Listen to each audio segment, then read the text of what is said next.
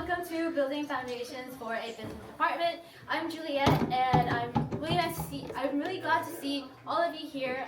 If you guys have received any sort of email for attendance, volunteering, presenting, all of those were sent by me. So I really hope that you guys are enjoying today's event. So let's get started. So for the 2025 season,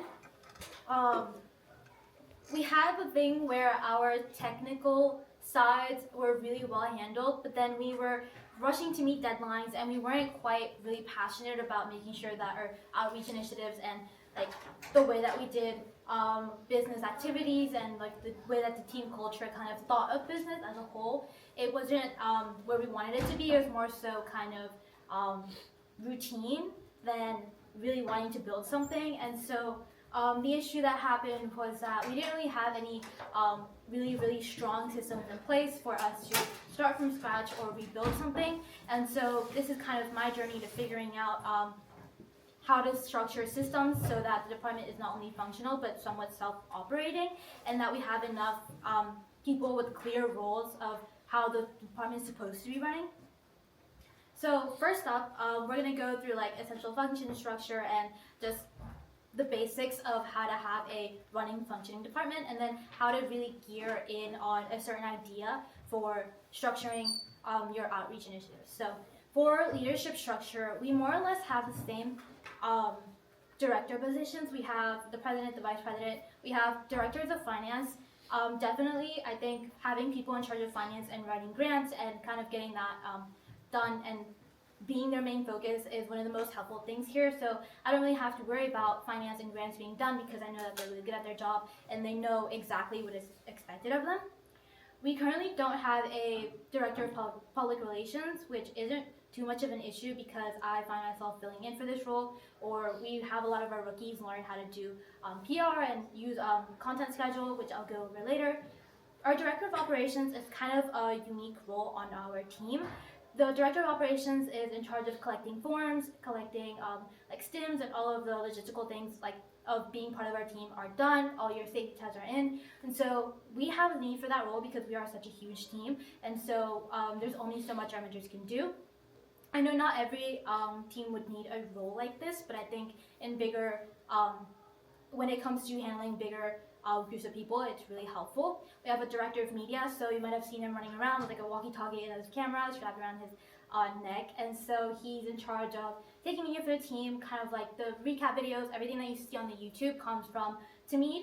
And we have our director of impact, Wei Fen, who, based on the name, she's in charge of the Impact Award.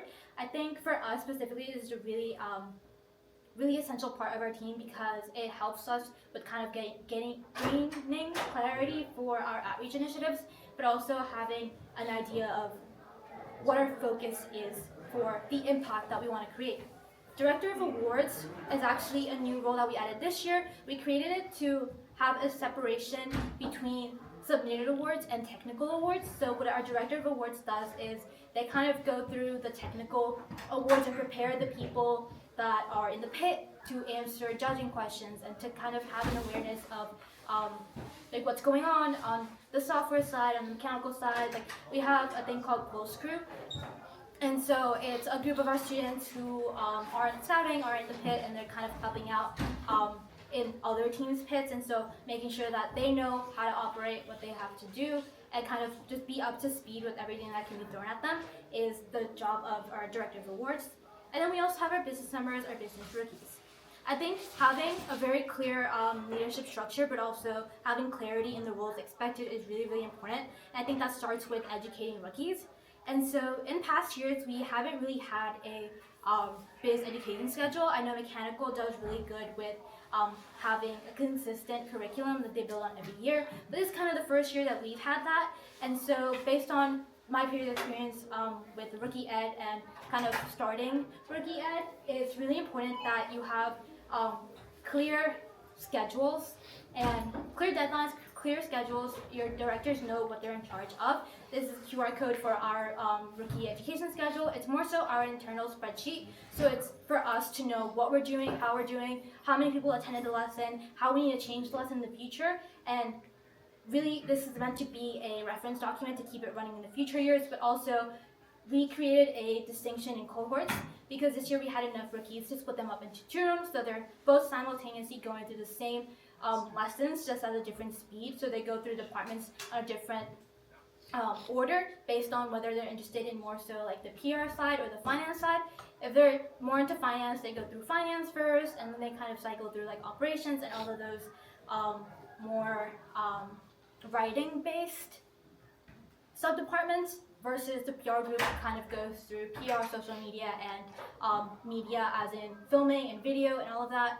And so it's really, really helpful to have some sort of distinction there. And then on the outward-facing side, we have a Google Classroom where we post the same lessons, and it's grouped by department on the way that we have it on the schedule, and it's how our rookies who miss meetings are able to come up to speed with what they have missed, what they need to do. And we also post assignments, so it's really useful for us to collect when we're not having an in-person meeting. Let's say they had a poster that was due, and that is basically where we have a lot of that being managed.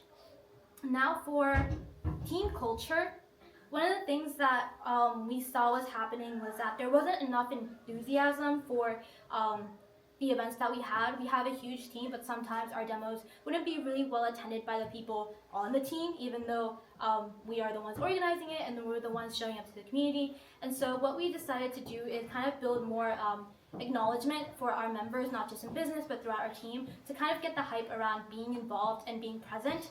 So one of the things that we've started are the Pulse Site of the Week spotlights. And so there's, I use SurveyMars to send out a form to all veterans. And so all veterans get to vote on an outstanding member who's done a lot of work that week, who deserves recognition. It can be a rookie, it can be a newbie, it can be a veteran. But it's really open to motivating and incentivizing people to be involved. And they get recognized, and it's kind of really having moments like, oh hey, like my department voted for me and they think I'm doing a great job. And so it's really, I think it's really nice to just have that acknowledgement there. It is bi-weekly, and we do a rotational system where every 2 weeks a new department gets spotlighted. We have something similar for FLL mentors. So one of the, like, most of our outreach, we have multiple programs in FLL, and so we have a lot of volunteers who show up weekly. And so a lot of their work, we want to make sure that, again, they're getting recognized. It's, again, a survey on SurveyMars, and then our FLL spotlight to go with that. And so it's also bi-weekly, and this is not limited to the department because all of our volunteers come from the entire team. And so it's just our mentors from all the programs voting, and then it gets posted on the Instagram, which is where we're most active. For keeping accountability and kind of being able to see, like, not just being motivated, but keeping track of like what our impact really is, we have a volunteer leaderboard. This one's not the most updated picture, but we kind of see how much everyone individually is volunteering. We keep track of whether or not they fulfill their volunteer requirement. So something that we do require is for them to volunteer at 2 events to be considered to qualify to attend competition later on in the season. And so an event like StuySplash, you know, the people selling food, people selling merch, your recording monitors, all of these people are getting, they're fulfilling part of their volunteering requirement. And it's a nice way to see, again, how much impact we've done, but also making sure that everyone's involved and that everyone's really keeping track of their own like contributions. Another really important part, I would say, is parent engagement. We've had an issue again with this before. For demos, we didn't really have parents present, or we didn't have enough people present for us to really like get our robot out to Queens. And so it was an issue where it was kind of like us scrambling at the last minute, like, hey, how are we gonna transport this like really tall robot? I don't know if you guys know Excelsior. It's like 4 or 5 feet, and so that's a struggle when you're trying to find out how to bring this thing, huge thing, down to Queens from our school here. And so one of the ways that we keep parents engaged is parent night. And so this is a day where we have various presentations and a schedule created for presentations from every department, but also mentor remarks and kind of like, what is FRC, like what is my child doing, when they kind of recognize the work that their child is going to put in and why they're really staying late for school, and kind of they recognize FRC and all the work that we do. They kind of are more open to the idea of volunteering and seeing like how much their child is like improving, and like they get really a sense of the trajectory of like the next 4 years, what it could be like. And so having parents involved and having parents being able to communicate with each other, I think is really important. We have one thing that we made a point of this day is that every presentation for departments had a QR code for either a WeChat, a WhatsApp, or a Messenger group chat, and so through there we're able to communicate through very like demographics within our parents. And so when we need volunteers for, let's say, StuySplash, I'm able to send a message, and they all know what we need from them, and that we are able to really communicate on that basis. And so that's part of why we have a lot of parent volunteers here today. It's actually kind of a miracle, because I've never really seen a lot of parents come together like that, and they were all so happy to come and volunteer for us, even if they had to come in at 9, and so that's really amazing to see. I think parent night, not just having them involved, but having them aware of what the next year is going to be, is really, really important to the success of your team, because that takes a lot of pressure and a lot of work off of your students when you kind of have a cohesive working team. Now, this is our mission statement, which was recently solidified, but we've always kind of had a sense of what we wanted our focus to be geared. I think it's really important for you guys to have some sort of mission, vision, or general idea of why you do what you do and why you want to do what you do. And so this is our current team mission: to help students find their pulse for lifelong learning through a team culture that shares knowledge and gives back to the community. We're really big, again, on sharing knowledge, so that's like Rookie Ed throughout all the teams, but also our community, not just our local community, but all of NYC. Especially like events like today, we really want to get the knowledge out there and kind of be able to share with each other and make sure that we're all benefiting from the discoveries and innovations that we all make. So one of the ways that we gear our outreach efforts is through FLL. So along with our team mission, a lot of our outreach goes in through sharing STEM through generations. And so FLL, we do a lot of FLL Explore and FLL Challenge, and so that is kind of what we have up here. We have beginner sort of programs where we teach them fundamentals of just like mechanical and like how the coding blocks work and all of that. And then we have competing teams that do the FLL Explore, the science fair, and they compete at John Dewey later on through the challenge thing, and they have like the physical field. And so really identifying like what your target group is and how you want to approach it and from where, and like assessing where your team is. Something, because our team is so big and from all around the city, we're kind of able to be in different places, and so it's not limited to one borough. So maybe this is a situation for your team, maybe it's not, but really acknowledging like the spread of your team and what you guys can do within that area is really important for gearing and making sure that you're really honing in, and it's just not just a bunch of programs that you have just to have them. Yes, and so this goes in through our demos. Because we are big on spreading STEM through generations, we gear our demos to mostly be for schools, like middle schools, community events where a lot of younger kids show up, STEAM Dream Day, where we build wiggle bots, and going through museums, and that's kind of from centers we're able to start FLO programs. So that continuity between demos and our programs is really important, because we have such a clear target audience. We're able to do that a little bit easier. And the senior center is also part of a local community, again built into the STEM through generations idea. And so this is them visiting our lab in 2023, and we also have this past summer we had a demo with them, and so they're able to kind of catch up on what our team is doing, and they're able to grow with us. We don't just show up every week, but they kind of get to know us every week. It's bi-weekly. We have Senior Center Tech Help, so they get to know us as we keep going, and then we're able to show them the progress that we've made. They got to watch some match videos, and we had a video that was filmed of like our driver's point of view, and they really, really enjoyed that. And so we've been with them for quite a while, and so having that connection and clear like target audience is really important. Also, with that comes visibility, and so these are more demo photos. Along with that comes team visibility. Something that we're trying to do a lot more is not just have recaps, but have a lot more advertisement for what we're doing. And so a lot of that comes into like a content schedule. which I'll share in a moment, but it's our Instagram. And so a lot of the recaps, a lot of the competitions that we've been to can kind of be summarized by kind of looking at our Instagram, and like you're able to keep up with what StuyPulse is doing, whether it's the parent night schedule, whether it's we just went to off-season comp, or we're having StuySplash today, and here's the attendee handbook and all of that. Having an area where your team is kind of locked in on one idea, or like your culmination of ideas, is really important. For us, that's our Instagram.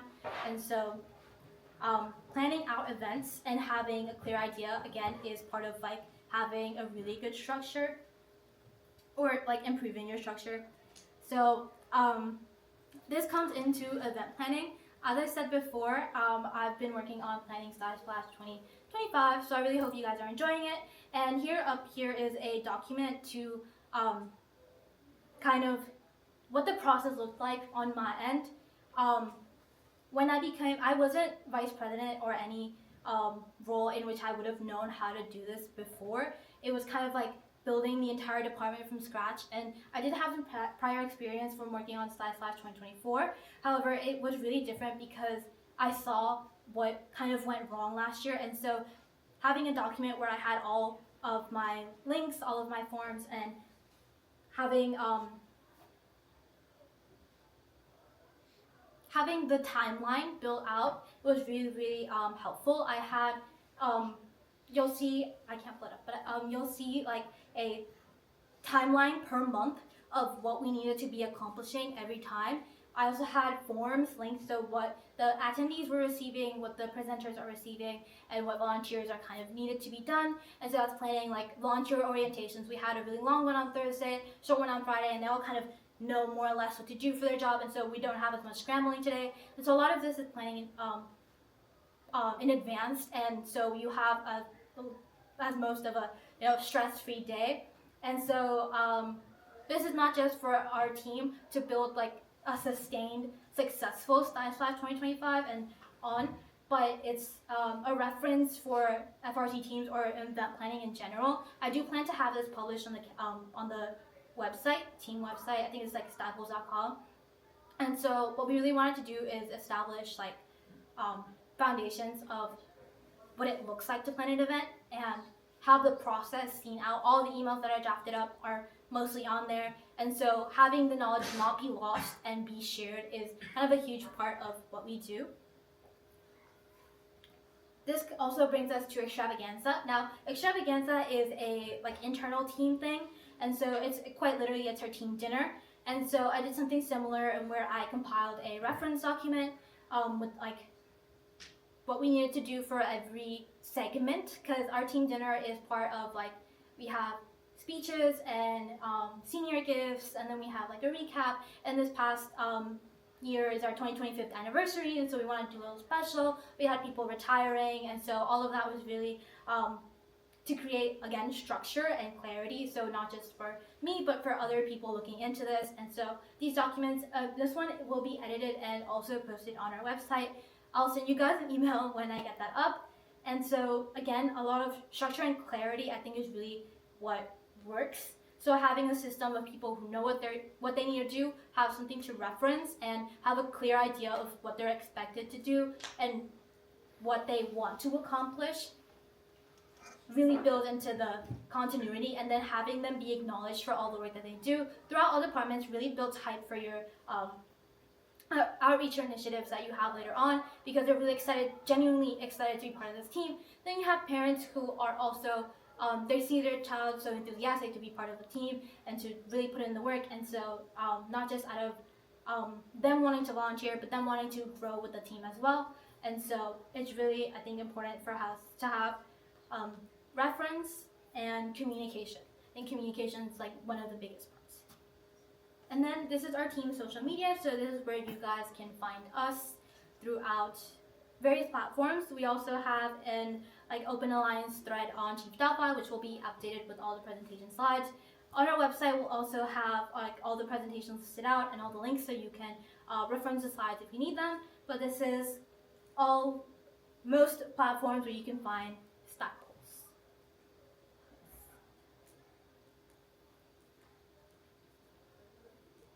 can't see this document on my end, but we have, okay, so the first tab is sort of a to-do, so that was the most urgent tasks that we had to do.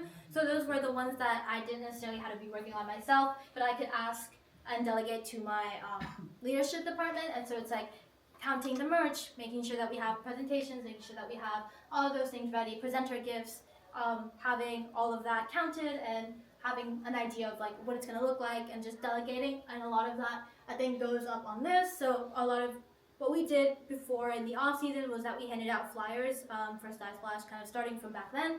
And so obviously having the posters done by then, and all of that falls kind of into like my like base to do tab. You guys can organize it a lot better, but this is kind of what I have working right now. And so for the outline, it's a monthly breakdown of what you want to accomplish. A lot of it was promo, which we on the document and content schedule is tagged. And so this year I think we've been able to get the most StuySplash promo that we've done ever. So you might have seen like the reels, the post, the countdown post, the stories that were posted today, the attendee handbook, the schedule were also linked on Linktree, but having a schedule and making sure that you're able to delegate that, and they have like an inspiration, they have like what they're going to do for the caption, a really clear idea of what they're doing. And for marketing thoughts, it's kind of like the idea behind the posters. I don't know if you've noticed, but like it's like a letter, whether it's a poster or the attendee handbook, and so it's like the same theme throughout, and it's not just a bunch of posters. It's for continuity and branding. So like you see the poster and you kind of have an idea of what you're looking at. Forms and links are the ones that the blurbs, the forms, like how they were built, essentially. Presenter emails, attendee emails, volunteer emails. It's from start to finish of what we have been going through. And then parent announcements, again, we have lead chats and parent group chats, so drafting out those messages and having the translations and all of that ready. Discord and Chief Delphi, same idea as the attendee and all of those emails, kind of having a draft and then having the dates of sort of when this promo should be spaced out. And for our 2025 recap, it's not done yet, obviously, and we're going to be sending out a feedback form, and then we're going to be having like a recap meeting after this, tomorrow actually, and we're going to be going through what went well, what we could have fixed, and all of that kind of gets collated into that tab. Eventually, it's going to be posted on the website, and so that's kind of like the process of an event like this on our end. Yes, that's it for me. Do you have any other questions? Yes. How does your finance division function? So we have 2 directors of finance, and so we have a finance spreadsheet. I don't control that, so like you probably want to ask our finance directors, but it's a tab is similar to the content schedule where you have like what needs to be done and the dates that they're due, and then past references in our Google Drive of what has been submitted or what materials you need. There's a folder with like, sometimes you need to like provide like a census of like what percentage of your team is blah blah blah, and so we have those documents in that folder, and so they're able to reference, also working with Impact to get all of that you need, all like outreach documentation and all that.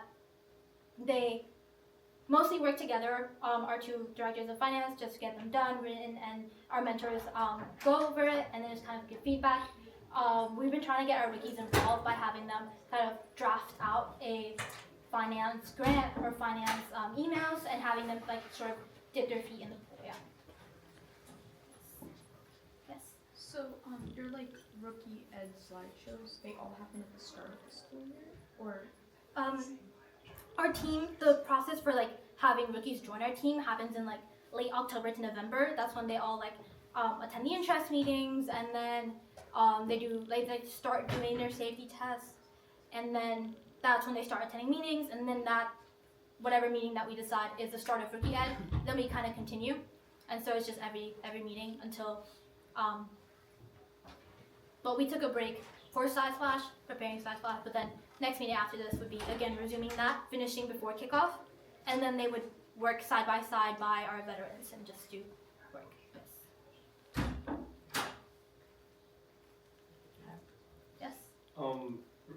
Regarding merch, how I understand that you guys sell to people outside of the team. How do you guys like coordinate that? How do you control like inventory, and where do you purchase from? Okay, so our inventory, counting inventory and having out like what items you have and the quantity and like kind of like the relative price that you're selling for is something new that we kind of started like this year, like in like October-ish. And so as of right now, we have a overview of like an inventory of exactly what's in our closet. It's not exactly organized in our closet, but on the spreadsheet, we're able to see everything that's on there. And so the idea is for us to count up everything, everywhere, and just kind of have that done. And then from there, we can start sorting based on what we have and start like redoing the closet in some sort of order where we are able to find it. As for selling outside the team, one thing that we always have inventory of is that season's merch. And so from that, it would be sometimes we pack merch in a tote for comp and off season. And so something new that we did like last summer is that we started selling for people to order on the overseas like out of NYC comps, and so there's an Instagram post for that as well. There's a link for orders to be placed. It's also like it's a separate website, and then from there we'll able to see the CSV of like who ordered for what comp and like the deal of that. And then before each comp, we just kind of go through that sheet and pack those orders separate from like your general like trading merch and stuff. Where do you get the money to have like an inventory where you can sell at comps and distribute them? Our season merch is designed, and I think it's Fresh Prints that we use, and so that's what we ourselves design either through a design competition or it's a joint thing. And then we order usually around like week 3 or so of build season, so that we have it for like the first, second comp, and then really all of the inventory that we have from past years is things that haven't been sold or have been kept for certain reasons. And so something that we do with really old merch from like let's say our first founding year, during our team dinner extravaganza, we actually auction off those items. And so sometimes alumni come back and they really want to like bid for said piece of merch. We used to have a blue logo back in the day, and now we're red. We have been red for a while, and so that piece of blue merch would go for a significantly marked up price, and that comes back to our team. You said you used a separate website for selling merch. Did you guys make that one as well? That I think that's through like an already like existing website. It's linked on the post. Yes. Yes. In terms of funding, like besides like sponsorships and stuff, how else do you guys like fundraise? A large portion of that is our grants and our sponsorships. We don't get funding from our school, like at all. So a lot of that comes from there, or from events like today where we're selling merch. All that money comes back to us, and you know it goes through like our financial aid for students to go on trips and to order merch. And so with team dues, we don't have a like it's no tryout. So if you want to join a team, you do the safety test and then you pay team dues. There is financial aid for team dues, but team dues are like $150, and so from that money we also pull for financial aid later on, and so on and so forth. Okay. What time is it? 2:27. You have like 10 more minutes. Okay. Yes. Regarding team dues, how much goes to cover the cost of competition and like the other things that a team does like operationally?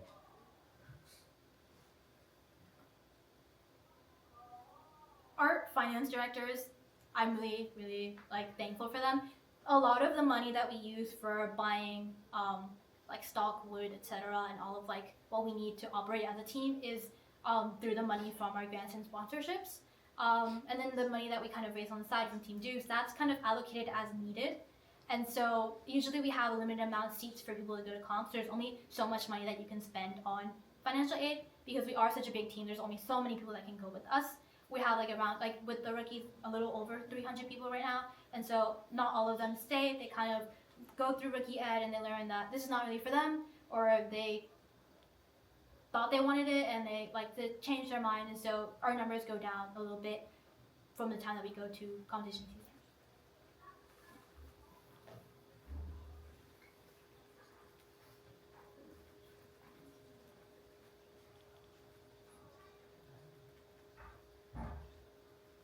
Any other? How do you guys do you guys have a a dedicated team for uploading on the Instagram, or like how do you guys maintain your schedule? Our typically it would be your director of PR that would be going through kind of planning. So I think even though this is not how our team operates, I think it's really helpful to kind of have maybe two people or internal versus external people handling PR. Maybe we'll implement it next year, but having someone controlling like more so outreach and like community events versus our Instagram and like our social media presence. Right now, it would be like the same person.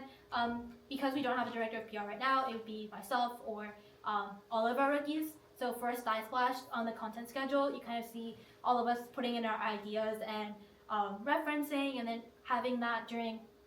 We have something called like recaps, and so like having like everything in the Slack channel, just like what we need to do for the day, and then at the start of the meeting, we kind of delegate and explain the tasks, and then they're able to really reference the spreadsheet and go on it their own. They come back, we give them feedback, and we just continue, and that's how I think we're able to produce, or like at least stick to our schedules. Also setting realistic deadlines, because it's kind of hard to keep up with a lot of reels every day. So what we did, you might notice that people are wearing the same clothes in like 3 or so reels. We have a filming day, and so that's when we just knock out a bunch of things. Then we edit later on and Steve's a schedule that way.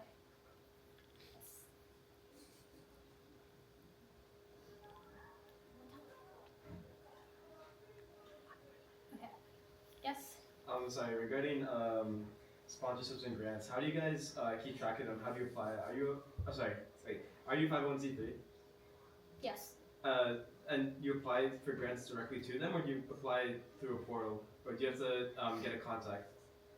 I think it depends on it. It would be on our finance sheet, which I don't have linked, but we could try to make that somewhat public. Again, it's like a combination of all the grants that we've tried for in past years and how we've been able to get, kind of trying to do that a new way, and then continuing the ones that we have been like constantly, like Comcast and like certain grant sponsorships that we've kept through the years. But also beyond just applying, it's like reaching out to them, constantly emailing them. If let's say this sponsor is in California, we would email them before we have, let's say like Chessy's and like nearby, and so emailing them like, hey, we're going out, hey, this is update, and so kind of like building that connection between like our sponsors and the team, and so they're like more so inclined to keep up with us and keep donating, because they see that their money is being put to good use and they're seeing the outcomes of their like investment. What's the time frame typically? I know a lot of grants and portals that there's a lot of deadlines at like the start of the year, but that's kind of when we take on new rookies, or there's a lot of rookies that don't have experience with the kind of business. How do you guys apply for them within the time frame before bill season? I think a lot of them is because like your rookies would be stepping up to be director of finance. So let's say our current directors of finance go through a lot of the grants in September, and then rookies join in October, November. They kind of learn with whatever is left there, and then they continue. Year starts, now they have an idea of what is going on, and then as like the months progress, now it's election season, and now those rookies that have prior experience step up, and they kind of know what the process looks like already, and then they're the next director of finance, and it's just like succession in that way. Do your directors of finance host like a specific training for rookies so they learn how to do sponsorship and grant applications? So in our rookie ed curriculum, they have like certain like lessons of like general ideas that they go through, like keeping with sponsors and all of that, and so that would be in our rookie ed, our biz education schedule. And then when the season starts, they obviously keep up their work, and so as we stop rookie ed, they're working alongside veterans, so it'd be, let's say, 2 or 3 of them being on that one grant that's due later on, and so they would work on it directly and keep up with that. So your directors of finance sort of teach the rookies? Yes. On the biz education schedule, you're gonna see like the sub-departments all kind of have their set of lessons, and then they're assigned to a person. If they're co-directors, you have at least one of them there every meeting to make sure that it's going according to plan, and then there's a space for them to reflect on like, this went well, this could have been longer, we need more time for that. Then the people from next year would be able to build on that and then keep improving as time goes, as long as you're keeping track of it. Okay.